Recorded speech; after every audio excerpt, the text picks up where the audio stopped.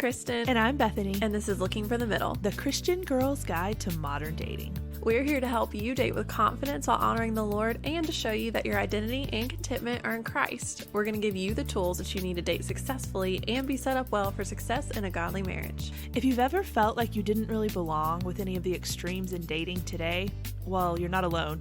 Neither did we. And that's why we're here looking for the middle. Hello, friends. Welcome to yet another episode of Looking for the Middle. We're so excited that y'all have joined us today. We have got quite a doozy of an episode. We are talking about the biggest fears and hangups we face when it comes to dating. And not we personally necessarily, just like the collective we in general and what to do about them. Yeah, Christian females. So it's going to be a fun episode. Before we get started, y'all know the drill. If you're not following us on Instagram, you should go do that at LFTM_podcast. This is a great time to follow us if you're not already, because we are going to be having our question episode of the season, which I can go ahead and tell them what that is. Yeah, can't I? Go ahead. So the question is going to be basically, what do y'all want us to talk about on an episode completely unplanned and unscripted? So it'll probably be a few topics that we'll pick from. So if you've got a better shot, probably than you ever have. But if is there a certain topic like, oh, I really wish they would just like unfiltered talk about this. Yep.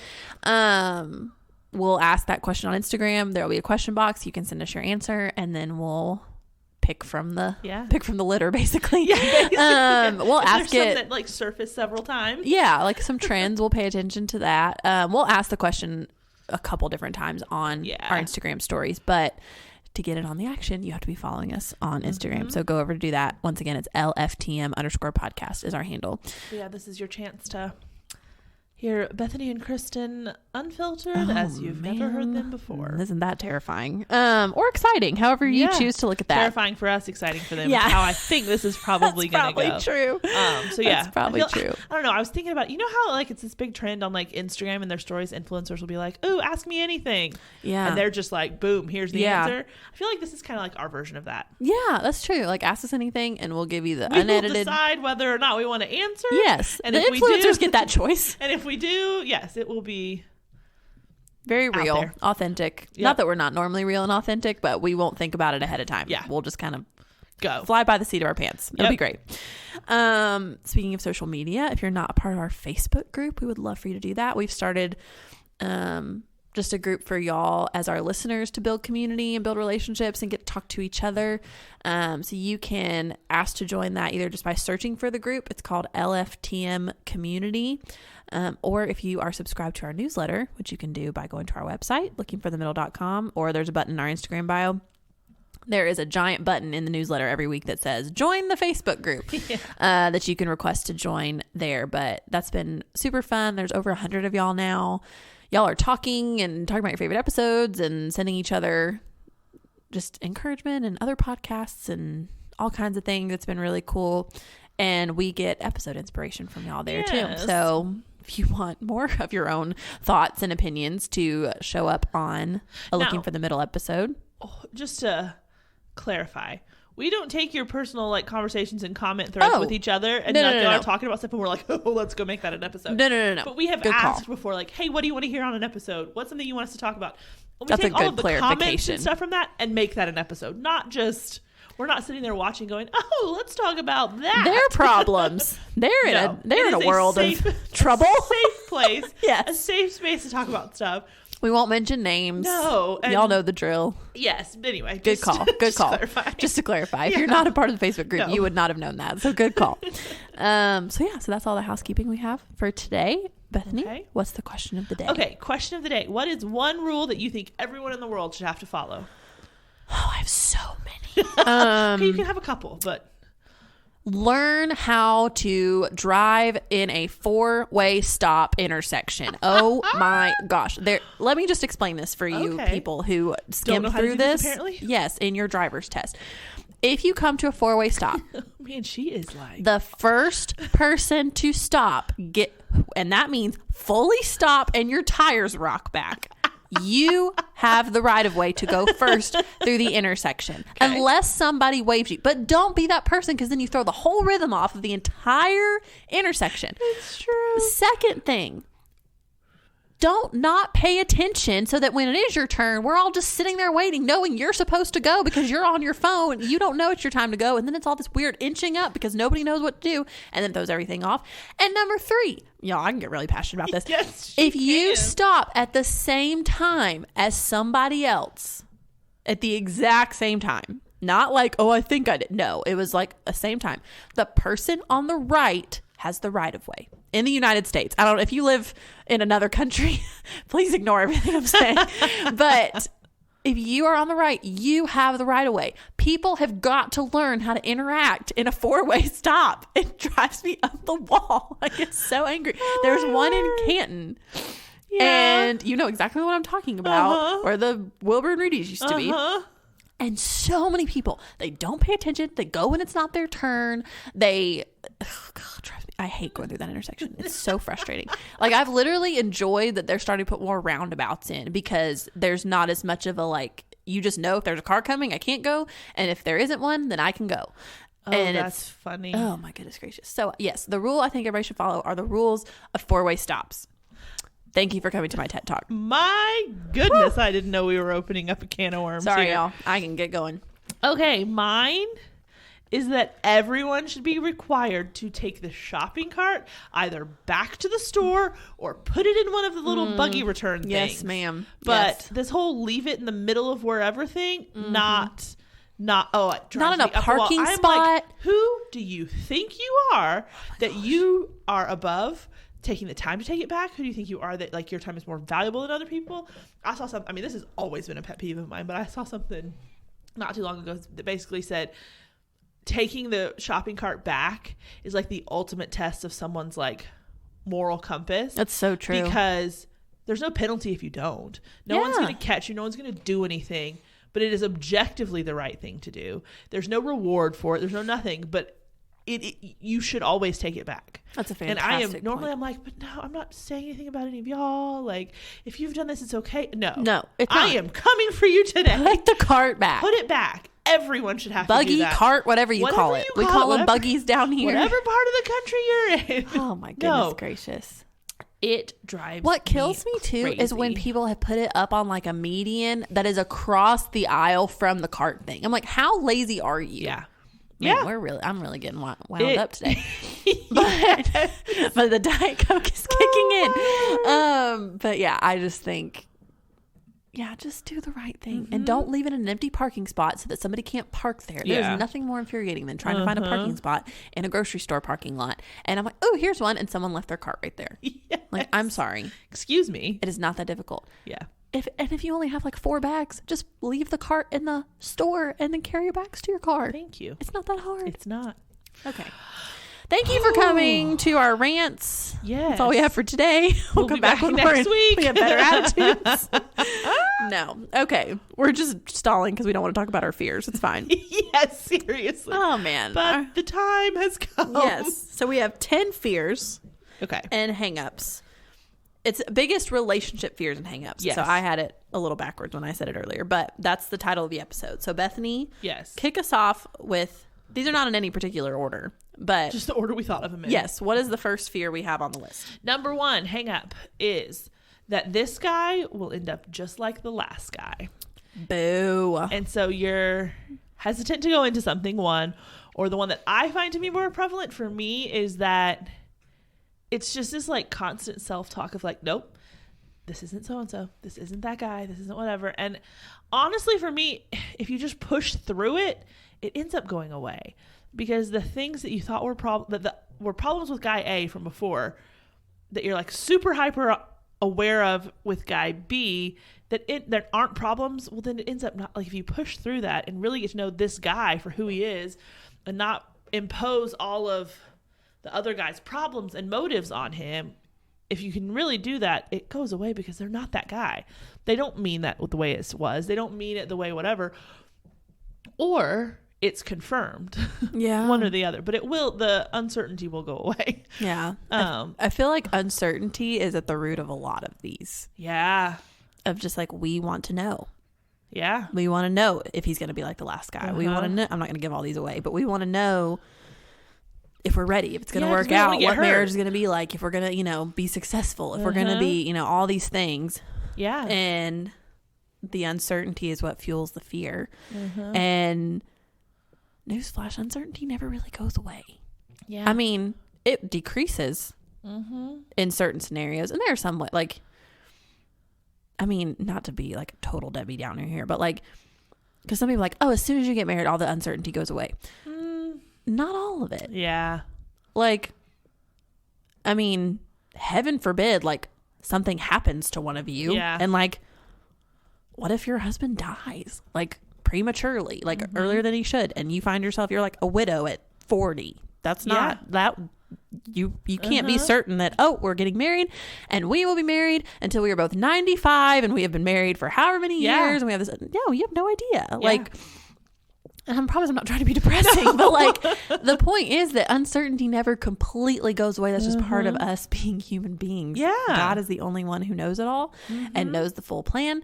And we will never know everything that he knows, and which is good, which is great. That's why we're not God. Yeah. And so, I mean, there are a lot of reasons why we're not God, but that's a good one to remember. So just, I mean,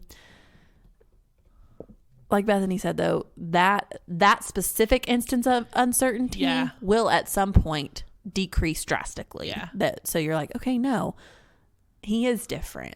And this was a similar scenario, but he handled it differently. Right. He communicated about it differently. We worked through it differently. Give him a chance to be different, I guess, is the thing. Give him a chance to either confirm or deny your suspicions. Yeah. And don't go into it don't set him up for failure. Yeah. Because that was a good way to end up alone, which we'll get to next week. Stay tuned for next week. Yes. All right. So fear or hang up number 2 is the fear that my family and friends won't like the guy I'm dating. Why is this always such a thing? Where are my people pleasers at? Me and Bethany are like, woohoo, both hands in the air. Yeah. I think this just depends on, like, this is going to be dependent on who is important to you in your life. Yeah. Because there may be some instances where, like, maybe some of you listening, you're not really close to your family at all. Or, like, maybe your family, no one in your family is a believer. And so, like, you have to kind of take their opinion with a grain of salt on certain things. Yeah. But you're going to have friends or mentors that do share the really big things in common with you. And you're going to care about what they think. And I think what I have had to learn is, because you have, well, I won't say you. I had the expectation, and not to say that this isn't happening, but like Mel and I used to talk about, like, oh yeah, we're going to be neighbors and our husbands are already going to be best friends when we meet them, and we'll be best friends and then we'll just marry them together. And like, that didn't happen. I'm trying to think. Trey and Kevin haven't even met in person. So yeah. And it's not a big deal. Like, it's fine. It's not that they don't want to meet each other. It just hasn't happened yet. But I think, like, we go so far, or at least I did, onto one side of the expectation of, like, oh, all my best friends have to be best friends with the guy I'm dating. And it's like, they can get along with him and, like, you know, enjoy being around him, but that doesn't mean they have to be friends with him like they're friends with me. Yeah. And there's nothing wrong with that. And you don't need to get, like, upset if that's the case. Now, I think... Well, go ahead. Jinx. I think... So there's that side of it of, like, oh, you want them all to, like, be friends and get along, which I'm not saying you don't want them to get along, but there's also the side of, I want their approval. Yeah, I was gonna say there's a difference in, like, oh, they have to get along and be best friends, and I can't like this guy unless they approve of him. And I think my one piece of advice to that is, what about him are you looking for them to approve? If it's like... And how many people do you need that from? Exactly. Sorry, I'm probably getting ahead of you. No, that's true. Because it's like, I mean, for, like, I'll just use myself as an example. For me personally, it was, does he have a strong relationship with Jesus? Like, are the things that I'm saying that I'm looking for that are super important to me, that my family and best friends know, do they see, they may not see all of them because they're not going to know them as well as I, but as they spend time with them, do they see some of those things? And is there anything that's like a massive red flag that I'm totally missing? If there's not, okay. But like Bethany said too, that doesn't need to be a list of 18 people. No, and yeah, it doesn't need to be a list of 18 people, but then at the same time, I'm kind of thinking from the standpoint of like, if the people who know you well, who know what you're looking for, who know him too, are saying, yes, we think this is good, we have, we see this as a good fit, then if 37 other people who are just kind of surfacey or whatever, and they don't know and whatever, and they start weighing in, that don't let that sway you. That's good. To a different place either, That's a good point. Just because you're like, oh, well, I want everyone to, like him, or I have to have their approval or whatever. You don't. No. But I get that. I don't know why it's such a big, oh my word, they're not going to like him. I'm like, well, your friends and your family love you. Yeah. And you really like this guy. So unless you're just off the wall, they're going to like him fine. Well, and that's something too, I think that really like, again, I go to the people I'm really close to. Like, if you see some giant red flag, I need you to tell me. But like something my dad told me a few years ago, he was like, Kristen, I trust you. Yeah. Like, I've raised you to make good decisions, to seek the Lord in, who you're dating. And like, yeah, if you ask me and I see something, I'm going to tell you. But ultimately, like, I'm going to you're an adult. Like, I trust you to, I feel like you've got good discernment in this kind of thing. And that meant a lot to me. And it made me want to, like, seek out his kind of opinion more, because I'm like, oh, well, I know I'm going to you that you're going to give me what you think, but ultimately you trust me. Right. And there's something really like special about that. But I think that, I don't think of any other area of my life where I'm seeking this much. I don't default to seeking as much approval with other decisions I make as with this one, but I know it's a hevier decision. It's life altering. And so I get that. But I don't know. When I was younger, I was like, well, what if they don't think he's as cute as I do? Or what if whatever? And talk about that. Today, I'm like, I don't want them to. No, they're not dating him. And the last thing you want is to be dating a guy that all of your friends think is hot. Well, and that's such a good filter too of like, if you're worried about whether or not they like the things, like, they should be looking for, is this guy the type of guy that like Bethany is looking for? Yeah. That has the same faith and values that she's looking for, and do they seem like a good fit? Right. That's all you need to know. They don't need to like all the things that you like about him that make him more than a friend. Yeah, that like you're attracted to about him. Exactly. They're not dating him. So I feel like that was we said it was like a duh moment, but like really, that should have been left in high school. Kind of, it was one of those things like that. That whole thing needs to be left in high school. Like, there was such a pressure of like, I need everybody to think my boyfriend's cute. Yeah, I was like, ew, no, who cares? Like, right?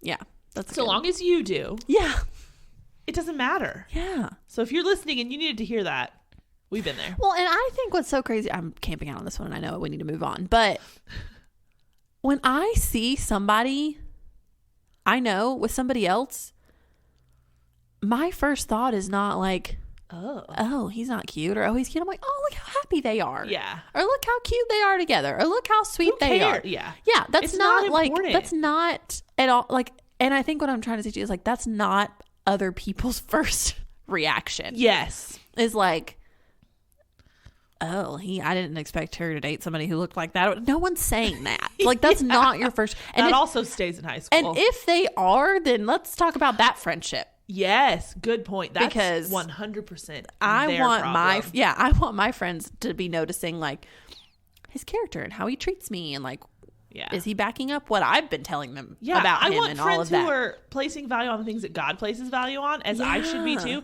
and as this guy should be too. Yeah. And if those things are there, great. Who cares? Exactly. Everything else is preferential, and that's up to you because you're the one dating him. Exactly. Man, I don't know why I'm so like. She's on top of it. She couldn't talk 2 episodes ago that we were recording hardly. I know, I really couldn't. I'm telling you. It's the caffeine, the caffeine.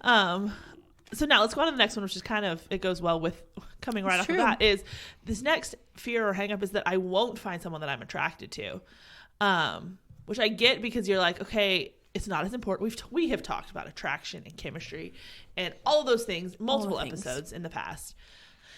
And so it's okay. You should be attracted to the person you're dating.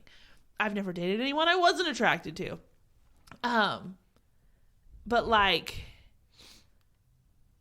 I don't know. It's harder when you're a Christian because that's not the most important thing. And so you place all of this importance on his faith and his values and what his life looks like and his character and all that. And you should, but we've talked before about how it seems like it's either that and there's not really much fun there, or it's this guy that's really great to hang out with and you're super attracted to him or whatever, but his faith is about as shallow as it gets. So finding those two things together can seem almost impossible sometimes, that you really enjoy hanging out with this guy and he's fun, but also his faith is really strong. Like, yeah, we did a whole episode on looking for unicorns. Like, that's what we called them, basically. So I get that can be a hang up. Don't let it be.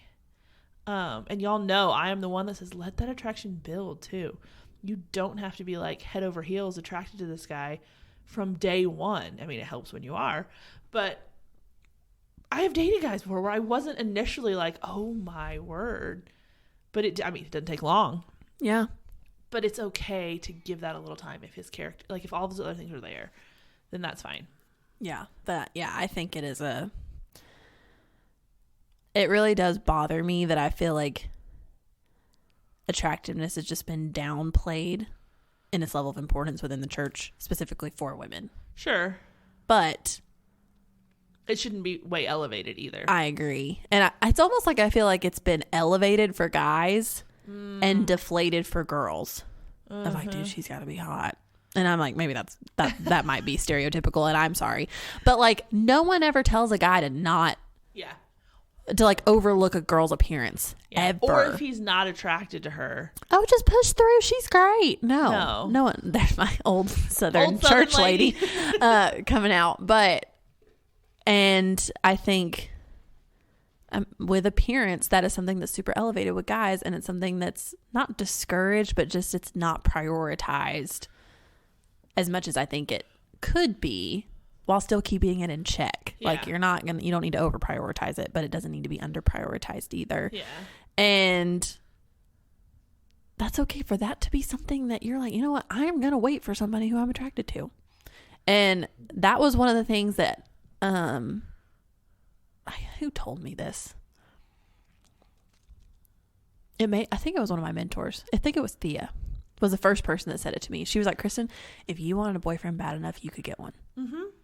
Like, you could go find somebody who met some of your standards. Maybe you weren't super attracted to him, but if he was interested, and you wanted a boyfriend bad enough, you could get one. Uh-huh. You're choosing not to put yourself in that situation. Right. Like, and I think that's true for everybody. Okay. Yeah, it's okay that you're wanting to wait for somebody who you're attracted to. There is absolutely no shame in that.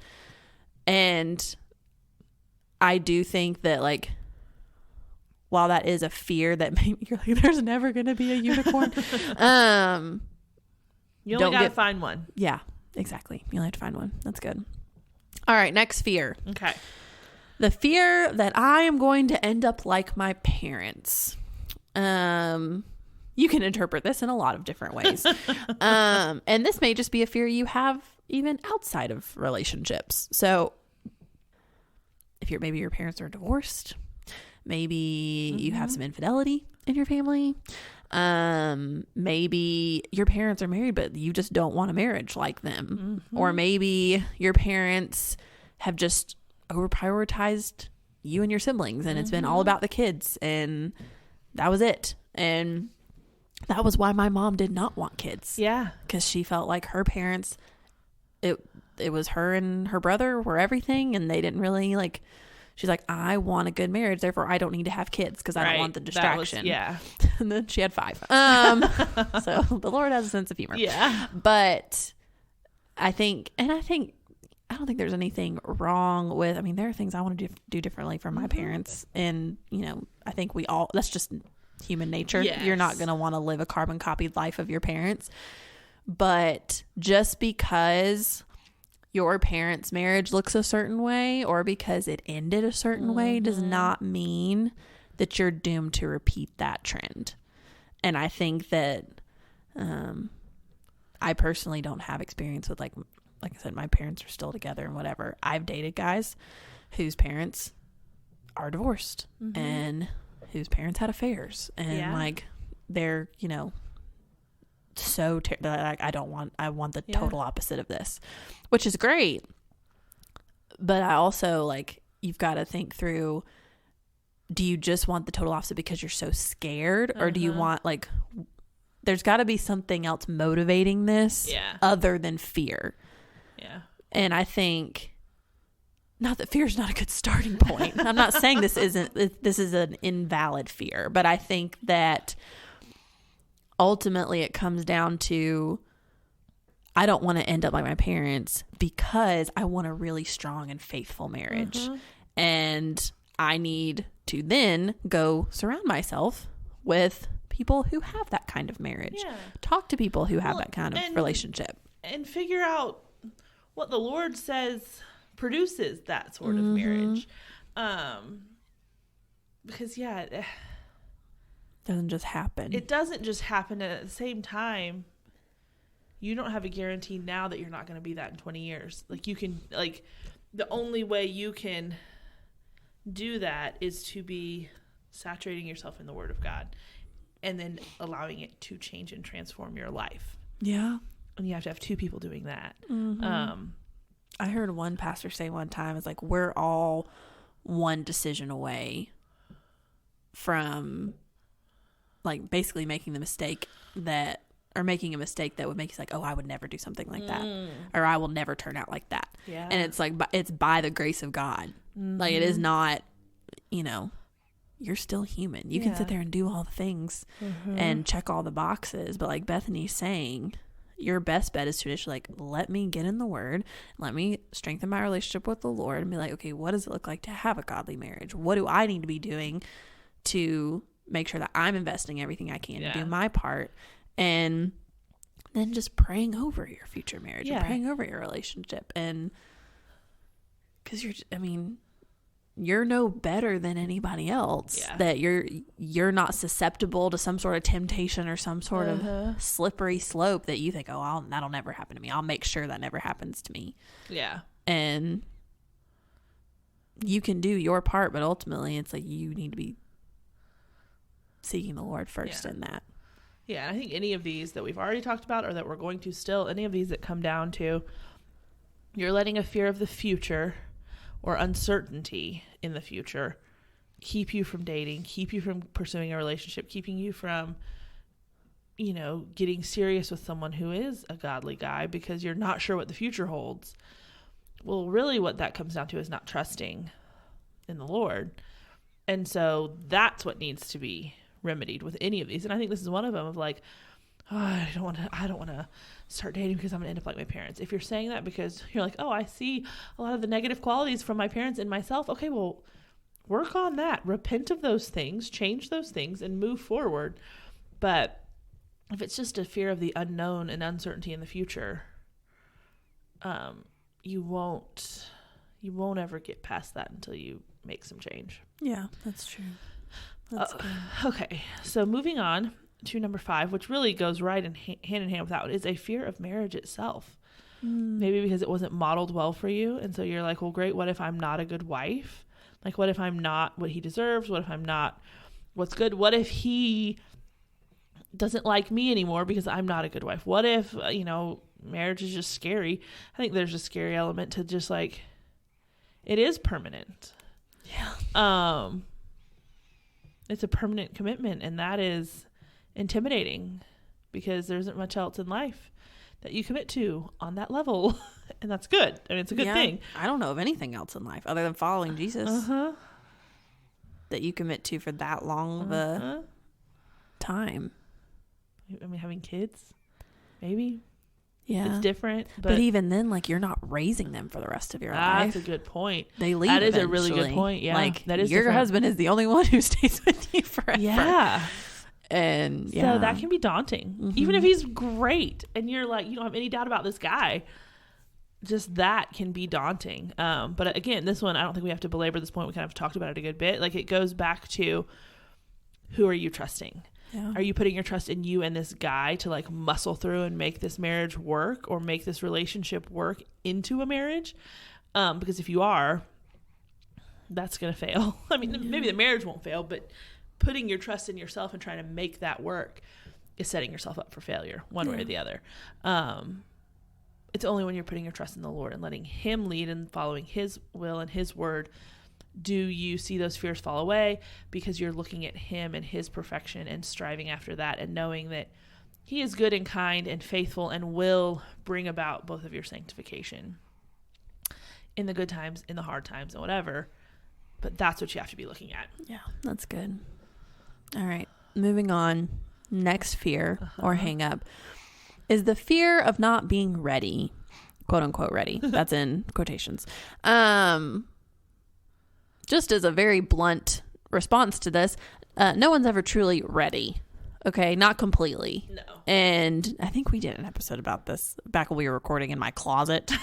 That tells you anything? How our little $25 Amazon mic. That's hilarious. But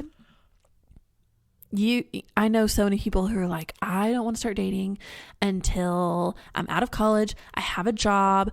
I have my 401k set up. I own a home. I'm debt free. I'm this, that, and the other. Those are great things to want. You do not have to get all of those in order to start dating. Like, no. Or to marry the person that you're already like seriously committed to. Yeah. I mean, I think we have that mentality that is of like, I have to get all of these things my in order. My entire life together. And there's some validity to, okay, are we mature enough to handle this? Are we in a place where we can financially support ourselves? Because you don't want to get married and then immediately unwise, still be having to be supported by one of your parents or something like that. I think you have to be in a position with those things that you can leave and cleave, whatever that looks like. I don't think you want to get married and then not leave, which makes it hard to cleave. Yeah. So I feel like you want to be in that place. And if you are and you can, then I feel like a lot of the reasons we delay marriage are not valid. No, I don't think so either. And I think that, I don't know, like if you wait till you're quote unquote ready to do anything, you're never going to do anything. Yeah. I mean, I think about all the things that I walked into that I ended up loving about my life that I didn't know if I was ready for it. Like, I remember like the first time I played sports, I wasn't ready to start playing basketball. I didn't know how to shoot. I didn't know how to do any of that. And I ended up loving it, but it took work as I started it to figure it out. And I mean, that was going off to college. That, like, I remember that summer, I'm like, am I really ready for this? Am I ready to leave my parents' house? Am I ready? And there was part of me that probably wasn't, but you just kind of, not that I'm saying you just need to throw yourself into things with a lack of wisdom, but it was that time in my life for me to progress into another season. And yes, I had been preparing for that, but there were also parts of me that were scared, but I still did it. Yeah. And some of it you just have to learn in the midst of it. You're not going to learn and know and be prepared for every single little thing that's going to happen in a relationship before you get into the relationship. Yeah. Well, and that's the thing. It's almost, let's rearrange. We said fear of not being ready, quote unquote. Okay, let's reword that and say you're scared of getting married until you're good at being married. How do you think you're going to get good at it? Yeah. That's anything in life. And this is no different. So, I mean, basically with that, your options are to either not do anything or live like you're married before you're married so you're good at it. Nope. Bad idea.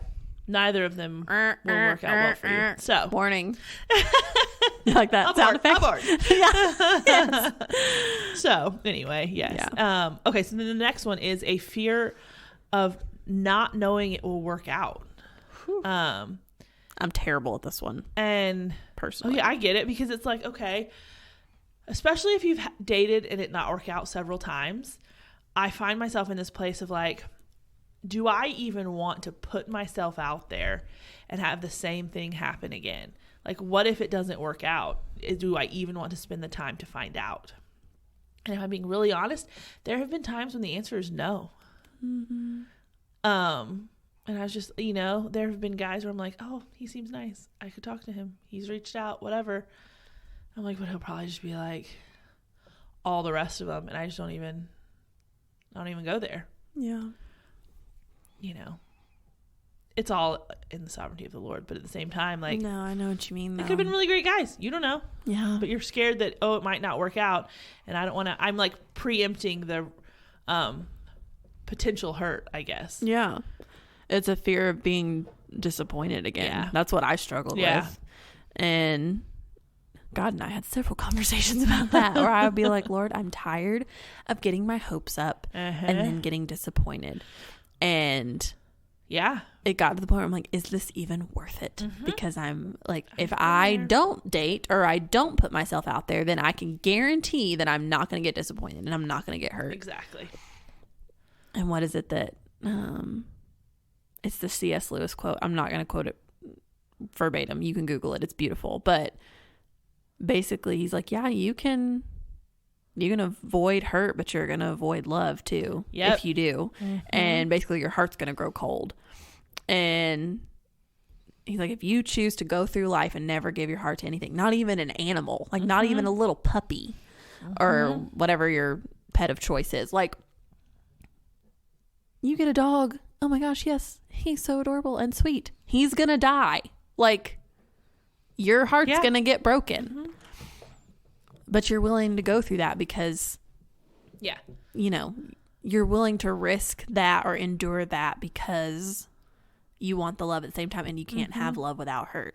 Go Google the C.S. Lewis quote. It's basically like, yes, you won't get hurt, but your heart basically turns to stone in the process. And who wants to live a life like that? You cannot experience love without the risk of getting hurt. And even if you, like, here's another thing, because I feel like a lot of times, even in the way I just said that, it's like, oh, you're going to risk getting hurt if you want to fall in love. You are going to get hurt if you fall in love. Like, even if you meet the person, even if you're like getting married to this, they are going to hurt your feelings. They're going to upset you. You're going to get mad at them. And that is just unavoidable. And so just because, like, just because he doesn't break up with you doesn't mean you're not going to get hurt in some way, shape, or form. So I think that's something to, just a little side note, but like, do you have it? Did you look it up? I have the quote. Read the quote. Yes. Okay. It says, to love it all is to be vulnerable. Love anything and your heart will be wrung and possibly broken. If you want to make sure of keeping it intact, you must give it to no one, not even an animal. Wrap it carefully round with hobbies and little luxuries. Avoid all entanglements. Lock it up safe in the casket or coffin of your selfishness. But in that casket, safe, dark, motionless, airless, it will change. It will not be broken. It will become unbreakable, impenetrable, irredeemable. To love is to be vulnerable. Amen. That's so good. That's really good. So yeah, I know it's scary that you don't know it's going to work out, but the alternative is a lot scarier. It's basically what he's saying. Very true. All right, next fear hang up. We're on number 8. So we have 3 more. How do I know that he's, quote unquote, the one? Do we go into the whole, when you know? No. Because I thought I knew before. That was my thing. Like, I have been in a situation where I'm like, this was it. And it wasn't. And I'm like, do people just say that because they thought about the person that they ended up with? And that's what, I don't know. That one, and when people are like, oh, I've never felt this way about anyone. I'm like, but do you think that about every person? Like, are you just, oh, when you know, and then it's not, oh, well, I guess I didn't know. And then finally it's like, oh, I knew that I knew. And then it worked out, when in reality you thought about every person. Yeah.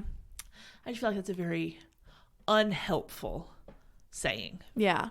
Because it tells all the single people that if you have any questioning, then it's not the right person. Yeah. Which I don't think is true. Well, and when you even asked us in the Men Tell All episode with Kevin, you were like, how did each of you know? Or I guess when? Yeah. And how? And don't just say, oh, when you knew, when I knew, I knew. Like, and we didn't. We both had reasons of like, I saw this, and this in him. And basically it boiled down to, in different ways, we said they had pretty much everything I was looking for. And I felt like really confident about it, and I felt like the Lord had orchestrated it, and I felt good moving forward. Yeah. And it wasn't just like, oh, I just had this feeling, you know? But I think that I do think it's easy to say that 10 years down the road when you're with your person. Yeah. Of course you do, because you're with them. Like, you say that now. Like, were you thinking that then? Yeah. Like, I so badly, when we get to heaven, want there to be like an archive of replays of people's lives of like, can I go back and like and get actual thought bubbles of like, what were you thinking in this moment? Like, did you actually know? Did you actually like think this way? Do you remember what was it actually like for like my parents when they were first dating? Like 2 months in, were you really like, oh, I'm 100% marrying this person? Or was there any part of you that was like, I think this is the right thing, but like, we'll see what happens. Like, and I'm not saying that was the case, but it's just, I think it's so easy for people who are further down the road to make that statement, when in reality, I think, you know enough about them to make a commitment. Yeah. And then they're the one because you made a commitment. Yeah. And that's what I think is John Piper basically has said, like, people have asked him, well, how do I know that, I married the one? How do I know it's the right one? He's like, you wake up, you go look on your marriage certificate, and if the name on that matches the person who's in your bed, then it's the right one. Yeah. Like, that is your one. That's the person. But yeah, I feel like this idea of, when you know, and follow your heart, and just, find your soulmate. No. It makes it to where, like, even in the church, you have this fear of, like, this person you're looking for is one person out of billions in the world that's the only person you could be with. And that is a lot of pressure to put on someone of, what if this isn't that person? Yeah, because then you messed crippling. Up all of humanity. The rest of history is all messed up because you picked the wrong one. Yeah, and, like, hopefully no one's done that in the past. Yeah, because then you're really screwed. Yeah. And so, like, it's kind of like crippling and paralyzing. Like, I don't know what to do, because those things don't mean anything. And the reality is, the one is the one because that is who you have committed to and married. Prior to that, I hate to burst anyone's romantic bubble, but there are tons of people who could be completely great for you. Mm-hmm. Yeah.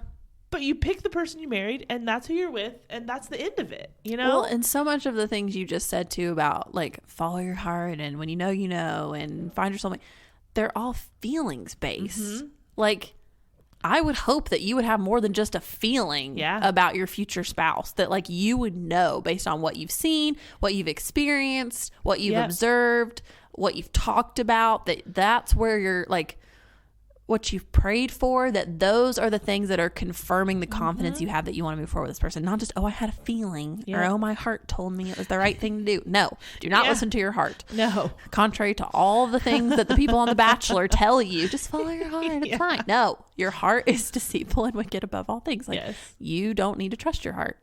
So there's more than a feeling, but I think if you're, like Bethany said, you're with somebody, they have what you're looking for, they love the Lord, and you feel confident about moving forward, move forward. Yeah. And it may be that you marry that person, and it may be that you don't, but don't put so much pressure on yourself, like, I have to know as soon as possible, like, this is gonna be. Yeah. Because I feel like everybody thinks it's just going to be this, like, epiphany-like moment of, I remember on July 14th at 7 p.m. that I just knew in that moment that I was going to marry Bobby. Yeah. And that's just not how it works. So take the pressure off. Yeah. Fear or hang up number 9 that we're going to talk about is the fear of ending up alone / the fear of not having someone. And this is a real punch to the gut. Not punch to the gut, but just like a sinking feeling comes with this question or this fear of, like, it is very possible that you will not get married. Like, can we just be straight here for a second? Like, marriage is not guaranteed. Y'all have heard us say that before. Nowhere in the Bible does it say everybody will get married and find your person and live happily ever after. No, like that is not guaranteed. Yeah. So worst case, if this is a fear, like it is a fear that could come true. Mm-hmm. Then what? Like somebody made me answer this question I think it was one of my mentors asked me, okay, Kristen, what if you do end up alone? Yeah. Then what happens? Uh-huh. And when you answer the question, it makes it a lot less scary. Yeah. Because you're like, okay, well, I'm not married right now and my life's pretty great. So I can do this and I have these relationships that are super important and I can invest here and I can, spend my time this way and I can da-da-da. It's like, okay. Yeah. The world's not going to end. I'm not going to, be miserable. You can choose to be. Mm-hmm. You don't have to be. Mm-mm. But I think it's really important that if this is a fear you struggle with, ask yourself, okay, if I don't end up with somebody, then what happens? Mm-hmm. Then what does my life look like? And it makes it a lot less terrifying. And live like that now. Yeah. Like don't put life on hold waiting for that to happen, because if you are and it never does, you've wasted so much time. Mm-hmm. It's true. And that kind of goes hand in hand with the fear of not having someone, because that's when, and a lot of times I feel like people put their lives on hold, like, oh, I don't have anybody right now, so I'm not going to go do this, or I'm not going to, take part in this or whatever. Or even just a generic fear of like, oh, well, I have to have someone. Like you date people that you shouldn't because you don't want to not be seen as not having someone with you. Yeah. You feel like you're not to sound cheesy, but like you're not complete on your own. Yeah. And that's just not true. Mm-hmm. Like if I hear one more person say, oh, they complete me. No, you're a complete person by yourself. Yeah. You do not need another person to complete you. Mm-hmm. If you did, then God would have made us all like half bodies, and then we would have stuck together and actually become physically one flesh like when we got married. Magnets. Yeah. Like, oh, I'm going to stick with you. But yeah, it's just not, you'll be like, this may sound like really, I don't want to sound like I'm downplaying it, but I have had to tell myself this multiple times. Like, you will be okay if you don't have somebody. Mm-hmm. Is it what you want? No. Is it ideal? No. Do you like being in that position? No. But does that mean you're not going to be okay? Does it mean that you can't still live a fulfilling life? Mm-hmm. Does it mean that God doesn't have a plan for you? No. Like, it doesn't mean any of that. And we've done episodes on like elevating marriage to the point where it's an idol. Mm-hmm. Like, do you feel like that you can't have an enjoyable, like joy-filled, purposeful, God-honoring life if you don't get married? And if you think that, like, marriage has become too high on the list, and that's something like we each have to work through on our own if that's something that we've elevated. But it will be, the world will not end. I know that sounds so like merciless, but sometimes you need a little like tough love. Bethany and I have done this for each other. We've done it for ourselves. Like, I've had conversations with like some of my other friends about this. They've told me this, like, it's gonna be okay. But don't just like pick somebody just because you don't want to be alone, or just because you don't want to have somebody. This is the fear that fuels cuffing season. Yes. Like, which if you don't know what it means, I didn't know what it means till like a year and a half ago. But like, cuffing season is holidays and everybody just like, it's basically like Halloween to Valentine's is you get a boyfriend or a girlfriend, with the knowledge being we're not going to be long term. This is just to get through all the holiday events together for the next 4 months. And then when it's over, we can be done. Because you don't want to go to parties alone. You don't want to go to family events alone. You don't want to be alone on Valentine's Day, whatever. Yeah. And we've just like, we live in a culture that is like, oh, you don't need anybody but Jesus, technically. If you want to get, I just did Donald Trump. Like, hands. I did not mean to do that. Talking with your hands, man. Oh, my word. That's funny. It's just, it's a great thing to have somebody, but it's not a necessity.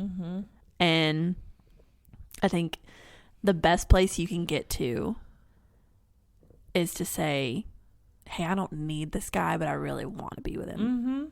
And he makes me better, and he is really great, and I think my life will be amazing being married to him, but I don't need him to have an amazing life. Yep. That's the place you want to get to.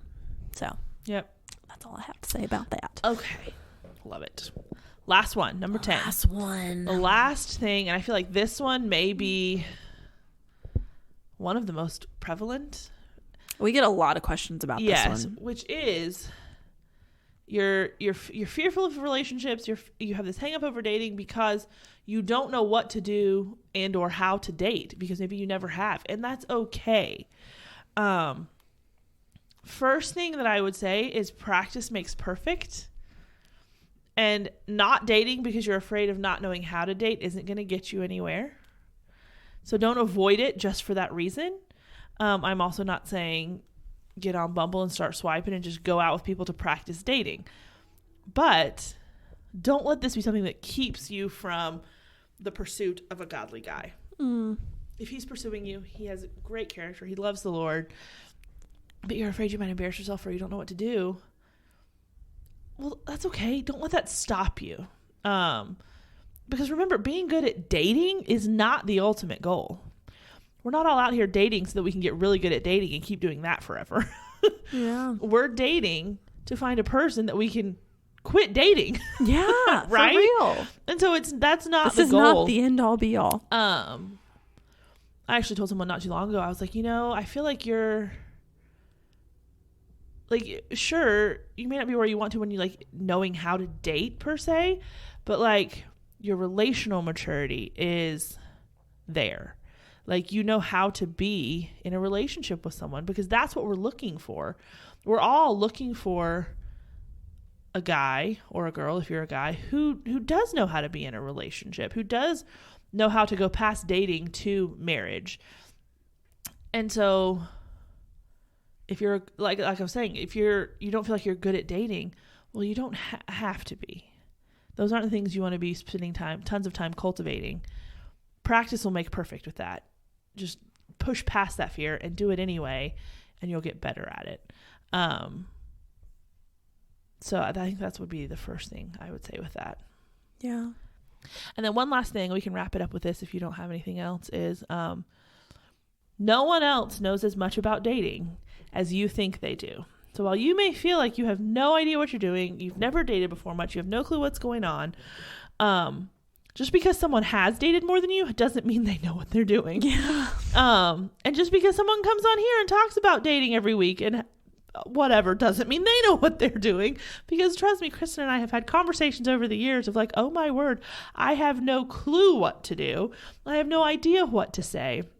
And everyone thinks everyone else knows way more about dating than any of us actually do.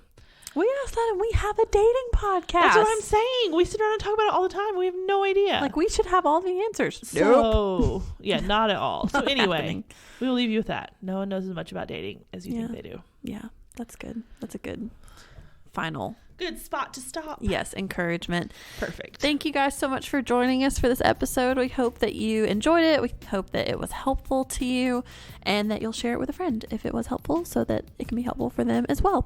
We will be back next week with an episode we have alluded to a lot this season called Good Ways to End Up Alone. Mm-hmm. It's going to be quite a fun episode. And don't forget, if you're not following us on Instagram, go ahead and do that at LFTM_podcast so you can make sure to give us your input for the upcoming question episode later in the season. So we'll talk to y'all next week. But until then, I'm Kristen. And I'm Bethany. And this is Looking for the Middle.